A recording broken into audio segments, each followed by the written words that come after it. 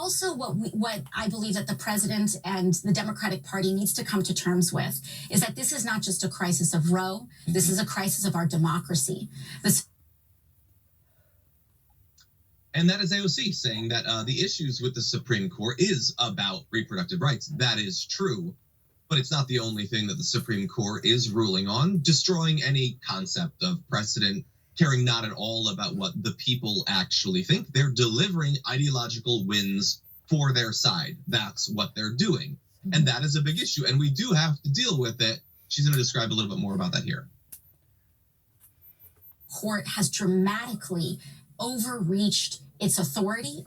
We had two conservative senators in the United States Senate, Senator Manchin and Senator Collins, come out with a very explosive allegation that several Supreme Court justices misled them during their confirmation hearings and in the lead up to their confirmation. This is a crisis of legitimacy. We have a Supreme Court justice whose wife participated in January 6th and who used his seat to vote against providing documents that potentially led to evidence of such to investigators in Congress. This is a crisis of legitimacy, and President Biden must address that.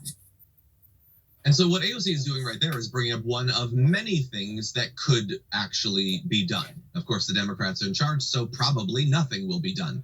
But consequences for those on the Supreme Court that are, as AOC just described there illegitimately, that is one thing that we could do. And she is, in fact, calling for impeachments of Supreme Court justices there, saying if we allow Supreme Court nominees to lie under oath and secure lifetime appointments to the highest court of the land, and then issue without basis rulings that deeply undermine the human and civil rights of the majority of Americans, we must see that through.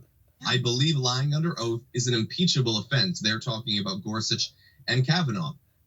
The Senate has a constitutional duty, an obligation to advise and consent on Supreme Court justices. They do those hearings as part of that. We are supposed to be assessing who these people would be if they were given extremely powerful until they're dead spots on the Supreme Court. If they lie during that process, it seems like there should be some consequences for that. Now, of course, the Republicans don't want there to be consequences in this particular case, but can you imagine what they would do if Sotomayor or Ketanji Brown Jackson or someone just clearly lied about what they would do, and the second they got on the court, they did the opposite? Now, it is pointless pointing out hypocrisy on the right, because the very concept of hypocrisy relies on there being standards for which you to have different positions on. The right doesn't have any standards, so they, by definition, can't actually be hypocritical.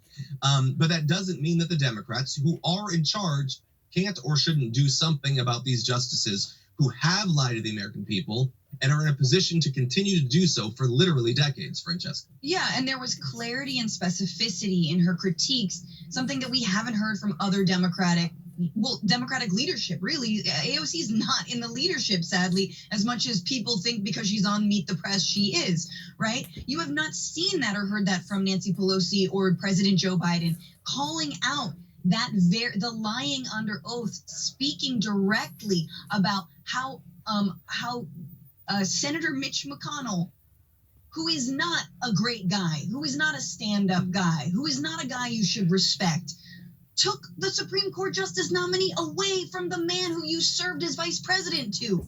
What are you talking about? So again, showing some kind of real leadership here is so important. And look, here's the thing. We all knew they were lying through their teeth. And the senators who confirmed them knew they were lying through the teeth. The reason we say we saw this coming is because when Donald Trump was elected, we knew this was going to happen. I'm sorry. We knew that he was going to push through Supreme Court justice nominees, that he was going to confirm them somehow. And even senators knew that, people who were sitting on these committees. And did they do anything about it? Did they withhold their vote? Did they walk out? Did they stop? No. Senator Dianne Feinstein said that the Amy Coney Barrett hearing was the best process she's ever been a part of. Ridiculous. You know, and yeah, she doesn't know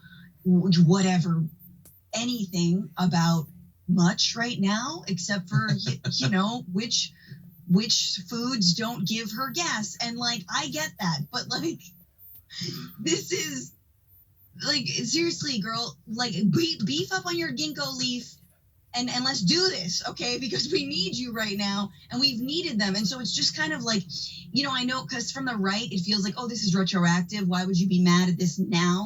And you're like, and I think they kind of have a point, because we've all seen this coming. We should have impeached Clarence Thomas before this. We should have impeached Kavanaugh before this. We should have fought back against Merrick Garland not being confirmed or getting a confirmation hearing before this. Yeah, and we called for it at the time. Unfortunately, progressives are not in charge. They really should be. I think the country would be a much better place.